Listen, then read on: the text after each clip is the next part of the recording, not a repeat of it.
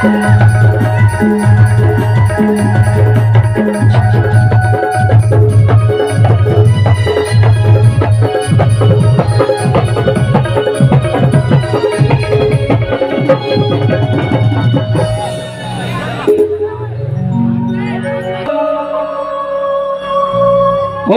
के पुजारी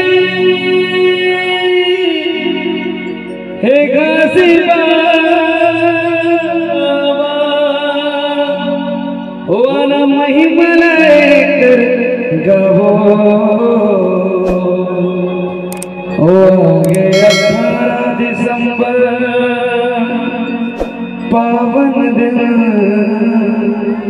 बाबा के जयंती मनावो।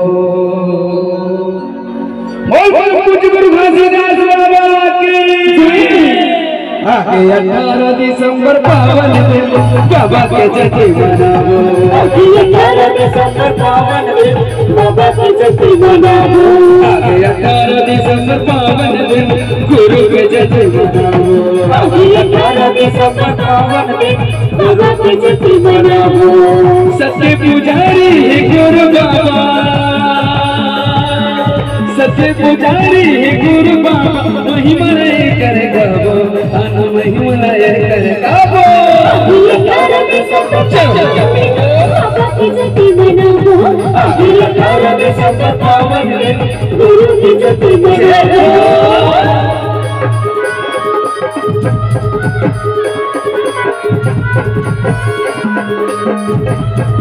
जय बाबा।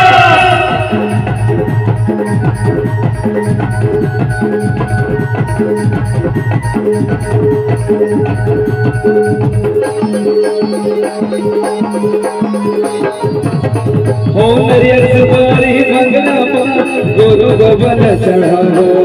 गुरु गोबल चढ़ावो भैया, गुरु गोबल चढ़ावो। हो नरियर सुपारी मंगला गुरु गोबल चढ़ावो। गुरु गोबल चढ़ावो भैया, गुरु गोबल चढ़ावो। हो झुमर झुमर के सोहर मंगल गाँव गाँव में सुनावो। गाँव गाँव में सुनावो भैया, गाँव गाँव में सुनावो। हो झुमर झुमर के सोहर मंगल गाँव गाँव में सुनावो। गाँव गाँव में सुनावो भैया, गाँव गाँव में सुनावो। सत्य पुजारी है गुरु बाबा, सत्य पुजारी है गुरु बाबा महिमा कर गावो, अन महिमा कर गावो। बाबा के जयंती मनावो। आगे 18 दिसंबर पावन दिन गुरु की जयंती मनावो।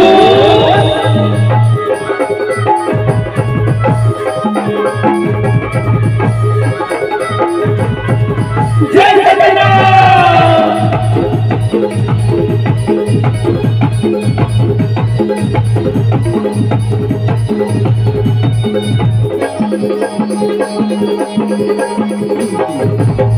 हो गिरपुरी के दर्शन करके तन मन पावन करवो।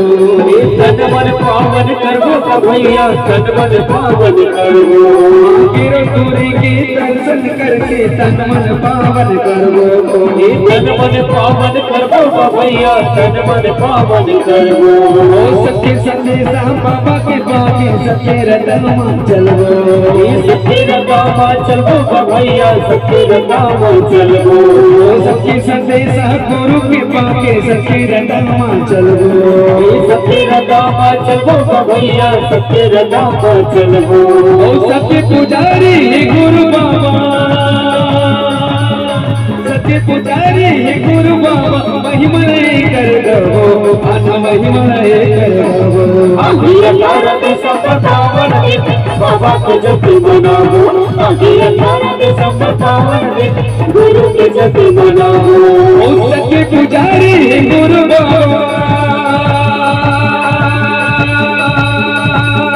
सत्य पुजारी है गुरु बाबा महिमा कर गावो, अन महिमा कर गावो। आगे 18 दिसंबर बाबा की जयंती मनाओ, आगे 18 दिसंबर पावन दिन, गुरु की जयंती मनाओ, आगे 18 दिसंबर पावन दिन, बाबा के जयंती मनाओ, हम गुरु की जयंती मनाओ, हम बाबा के जयंती मनाओ, हम गुरु की जयंती मनाओ, हम बाबा के जयंती मनाओ।